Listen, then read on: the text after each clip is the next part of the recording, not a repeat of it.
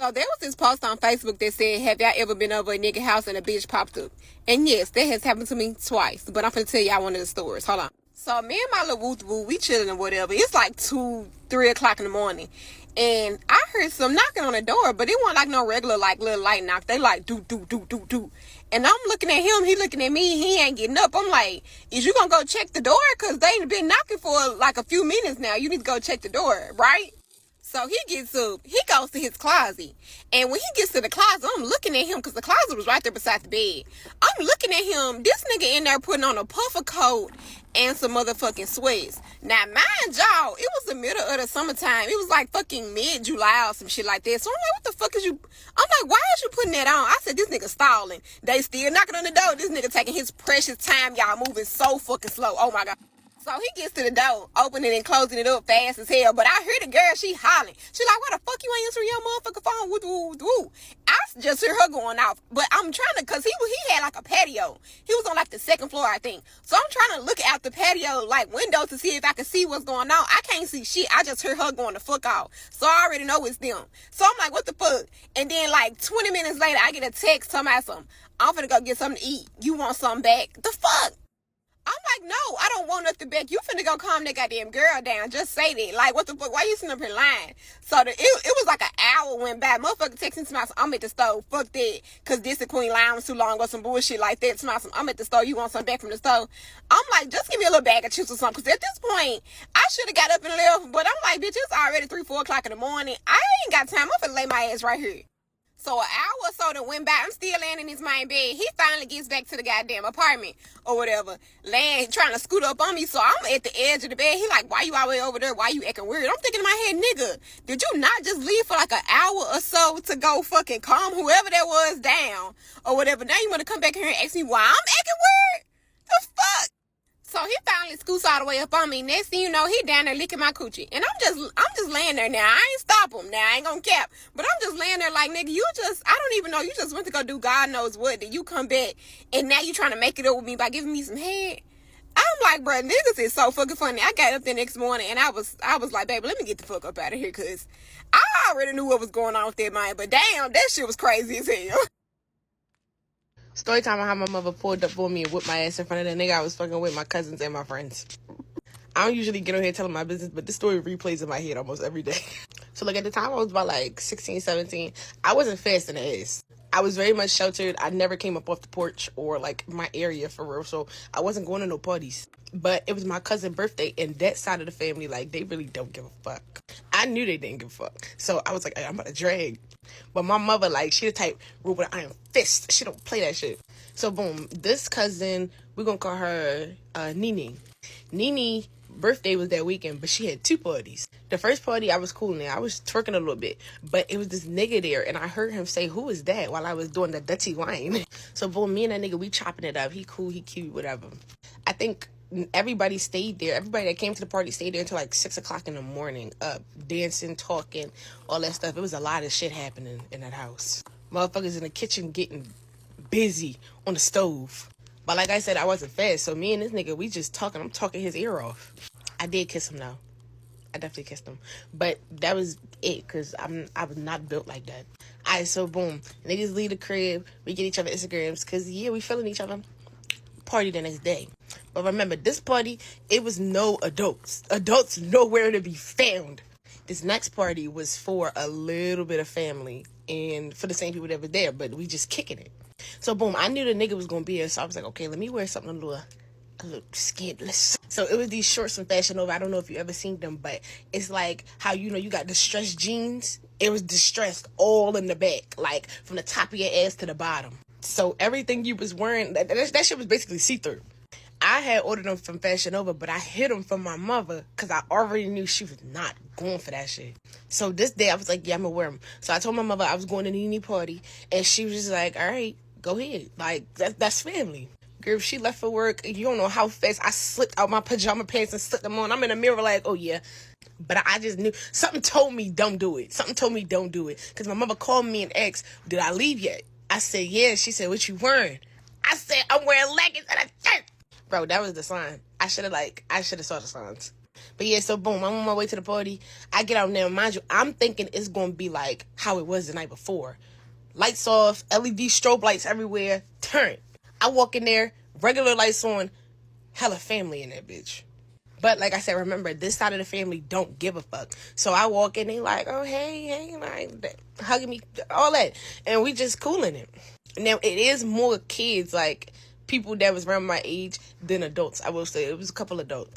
But this one adult, we gonna call him Key, God rest his soul. But him and my mother had history, and he was like my uncle. But, you know, one of the people, I don't remember him. So Key was like, you T daughter. I'm like, yeah, I am. It's like, yeah, what the fuck do you got on? I'm confused. I'm like, what you mean? Like, your mother let you leave out like that? I said, yeah, like, oh, child. He like, oh, okay. Mind you, I'm not knowing that their history is so deep. Like, I'm not knowing that because I never met this man in my life. He talk about he used to watch me change my diapers. Shit, bitch, I don't remember you changing my diapers. So I'm not knowing it's so deep to where they still in contact. So he like, okay. So I'm literally not paying attention to him no more because my nigga's there. So he sat on the couch, I sat on the couch. We sit next to each other. I pop my little leg on or whatever, like, trying to be cute, like, oh. I say like 10, 15 minutes into all that. Mind you, I just got to the party. 10, 15 minutes after all that, my phone go off. Mind you, it's like 9:30. My mother, when she get to work, she don't really say nothing to you until she go on break. Phone go off. Ding-a-ding-a-ding-a-ding-a-ding. It's my mother. Now, I ignore it because it's like, I can just say, oh, I didn't see it. Ding-a-ding-a-ding-a-ding. She called me again. I'm like, what the fuck? She don't do that. I ignore it again because I'm chopping it up with my nigga. Like, you're not, like, I'm not about to deal with you in front of my nigga. Ding-a-ding-a-ding-a-ding-a-ding. She called me again, but this time she FaceTiming me. I'm like, oh, let me get up. I get up, I answer the phone. Child, I didn't even make it up the steps before I got what the fuck? Are you out of your damn mind? I said, what are you talking about? What the fuck are you out here wearing? Da-da-da-da. You think you're grown? She going off on me. I'm like, oh, shit. How you know? I'm looking around like, while she yelling, I'm looking around like, bitch, how you know? Bro, I get back downstairs. It's like everybody already knew what happened. I'm not being loud about it either. Like, I'm fake whispering. I turn down the volume upstairs so nobody hear me get aired out. I try to walk down the stairs all nonchalant, like, but you ain't gonna know I just got aired. But it's like the whole room already knew what was up. So Nene mother pulled me to the side. She like, nah. That's my nickname. She like, Kay is so fucking messy. Why would he send a picture of what you wearing to your mother? But when I tell you, like, when I tell you, I gave him the nastiest look, bro. Like, why would you do that?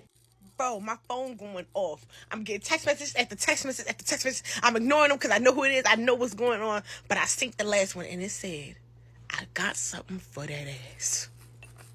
Now, from where we was, my mother, she worked like, I say, 10 minutes away from where I'm at. But first she got to get a ride and she got to get to me. So I'm like, okay, how can I save my ass in like 15 minutes, bitch? I can tell y'all, I ain't never seen this happen before. Her location was there. That's how you know it was right down the street. She made it to me in less than 6 minutes tops. But like, I'm fake still trying to act nonchalant. Because, like, he know what, the nigga I was talking to, he know what's going on. But I'm still trying to act nonchalant to it. He like, what's up? Like, what's wrong? I was like, no, I ain't worried about nothing. Baby, I had everything to be worried about because when she pulled up to that party, she stormed in that bitch. It's like a black cloud came into the room with her and she was looking dead at me. I was sitting right there by the door. Ooh, bitch, I should have hid on the table or something.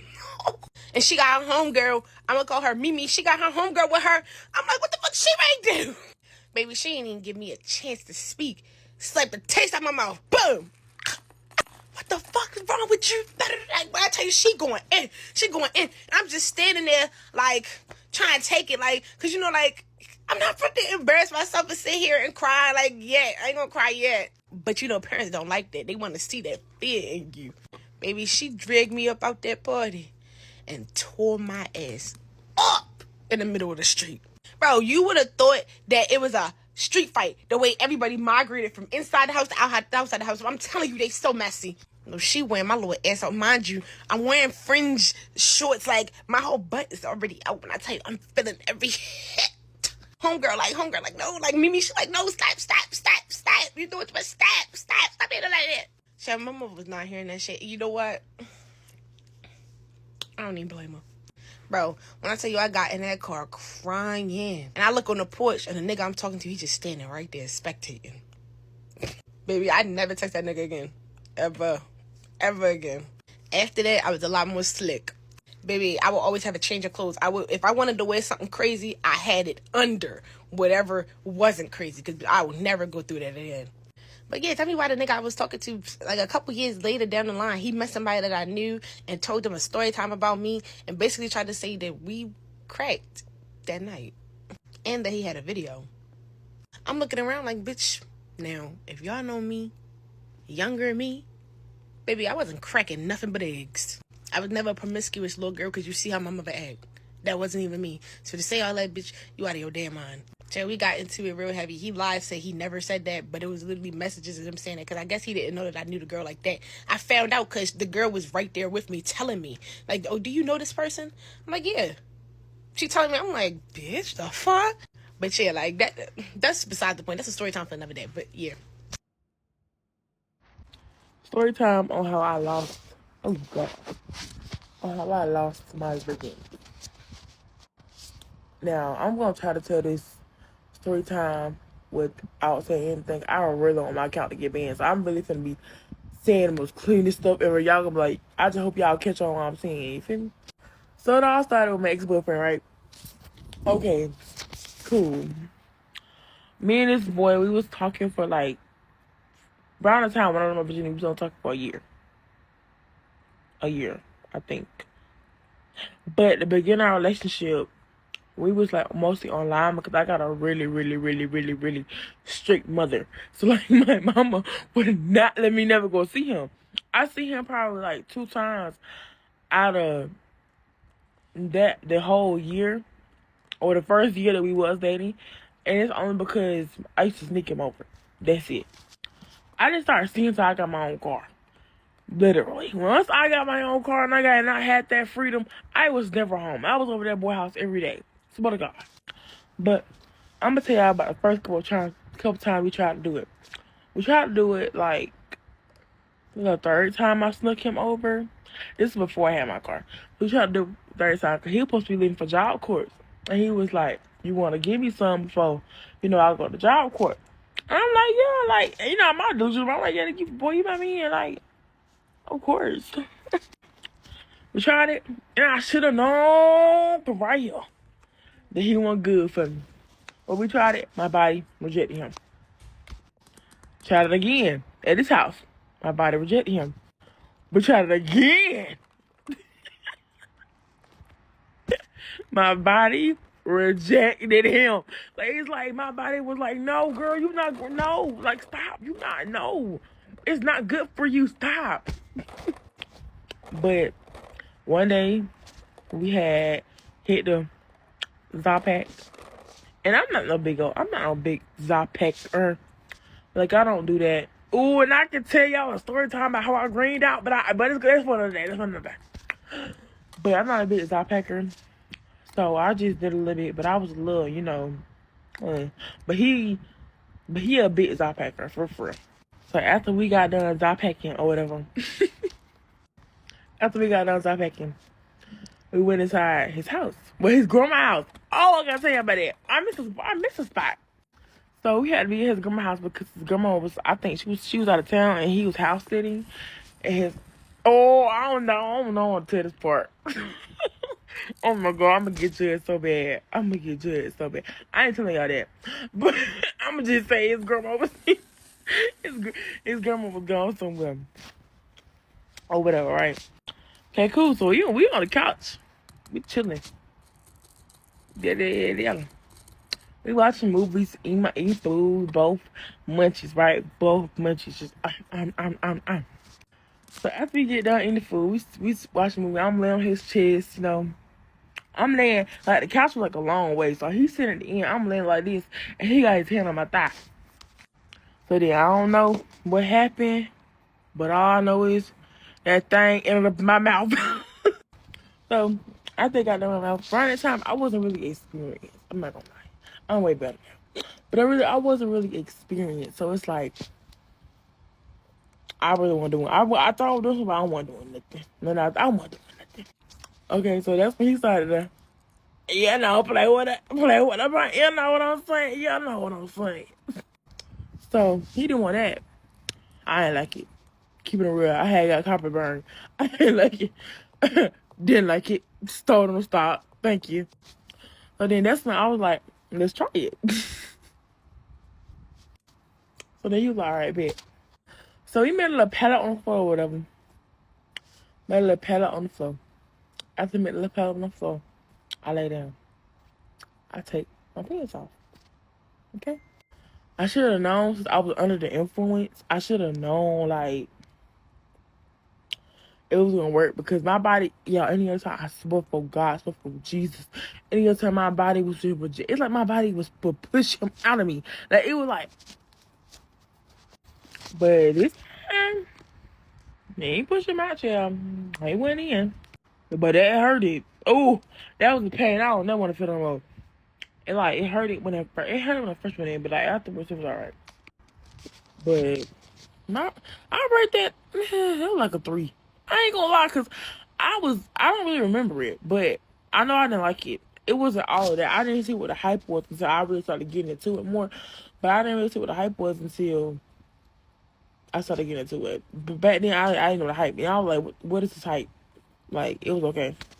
And we didn't even get it finished because my daddy kept calling my phone. So I declined like the first 3 times. Then he called again. I'm like, what's up, daddy? What you want?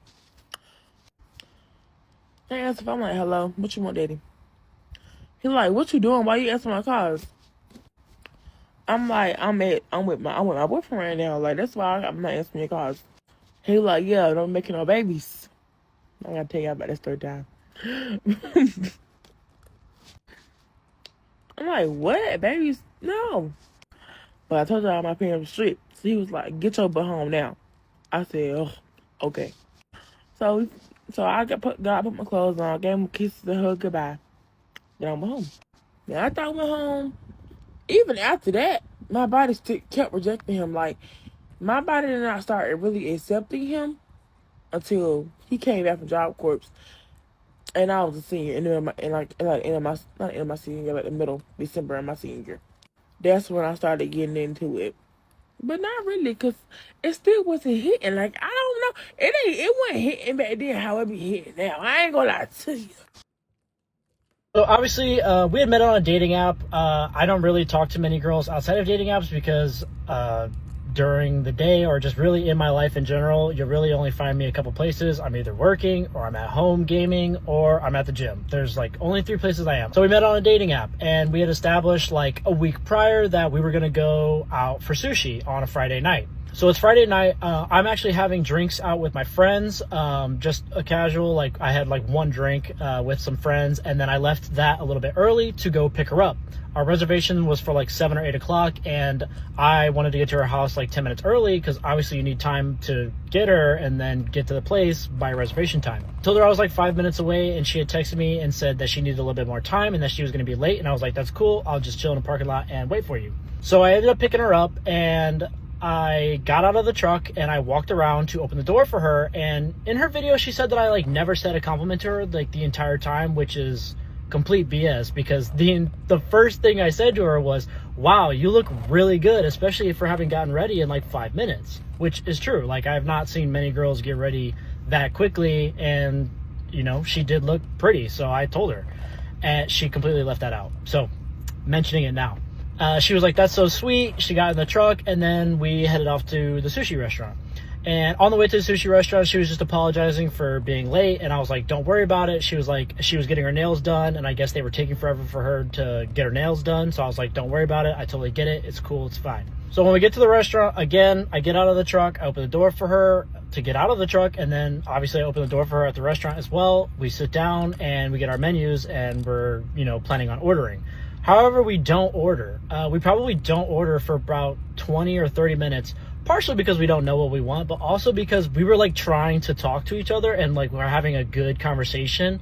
And even the waitress came back like 3 or 4 times to like ask us if we were ready, and we were like, no, not yet, sorry. Like, you know how it is. Like, if you're having a good conversation with somebody, like the food, the waitress, like all that is like kind of, you know, like that's like side thing. Like, you don't want to like interrupt like a good conversation. And the waitress was cool. She was like, she totally got it. So we're probably at the restaurant for like an hour and 30 minutes. Over the time span of that hour and 30 minutes, we ate, but we also talked about, you know, like what we're currently doing. Like, she's in school, she's going to get her master's, I believe it was, or her bachelor's. She already has a bachelor's, but she's either getting a bachelor's again or getting a master's. And I've went to school, graduated, I have a business now. We're both pretty busy in that regard. We also were talking about like what our life plans are, like 2 years out, 5 years out. What do we do on our free time? You know, she likes to go to the gym, I like to go to the gym. We both don't like to go out. You know, that's kind of like just something that I felt like clicked, and that's why I deemed it a really good date, especially when I told my friends. Like, we seem to have a lot of things like in common interest. Wrapping up on the date, we leave, again, opening the doors for her as per usual, open the door for the truck, and then on the way back to driving her home, I had asked her how she felt about the date tonight.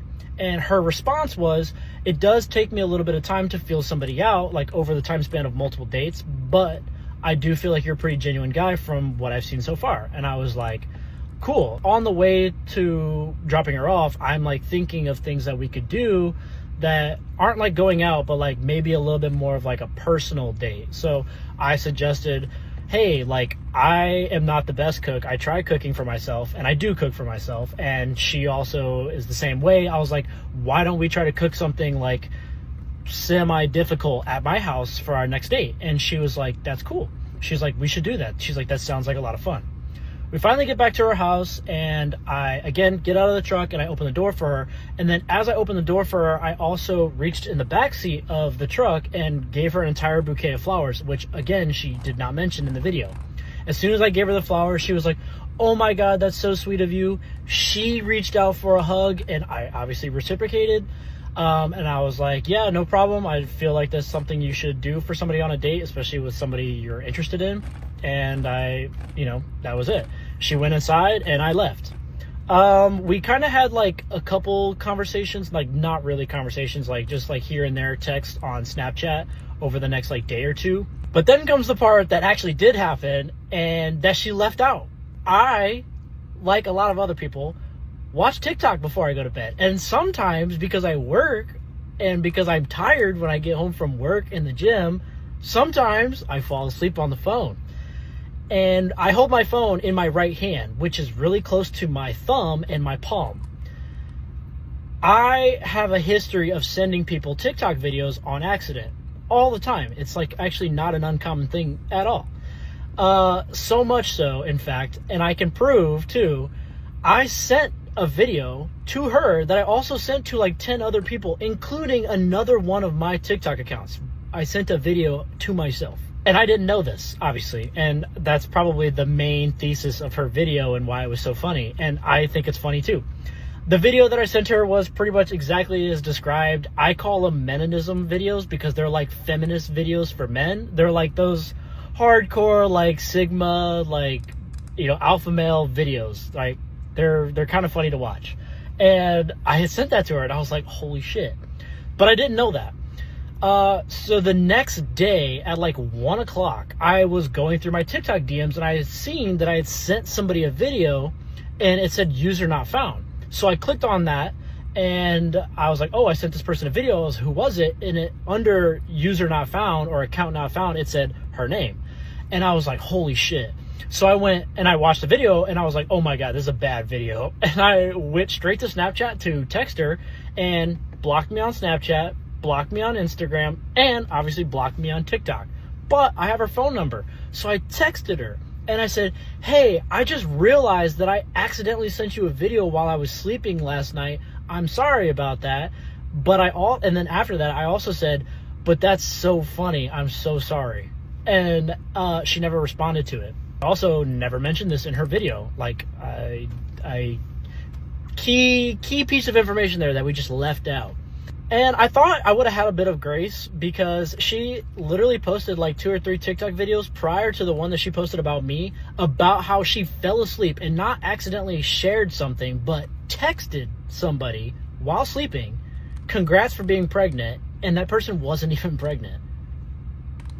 So like, she's done it. I feel like I have some forgiveness here, but guess not. I gave her the day to respond to it. I assumed that she was busy because it is in the middle of the day. Like I said, I didn't realize I had sent that until about 1 o'clock in the afternoon. So I gave her the rest of the day to respond to it, and she didn't respond to it. So I finally sent her a last text saying, I guess it wasn't me just sending the video, it had to have been something else. And that was pretty much it. Like, if you're watching this, Alexa, I really wish you would have just texted me. Like, I'm an adult, you're an adult, we're both adults.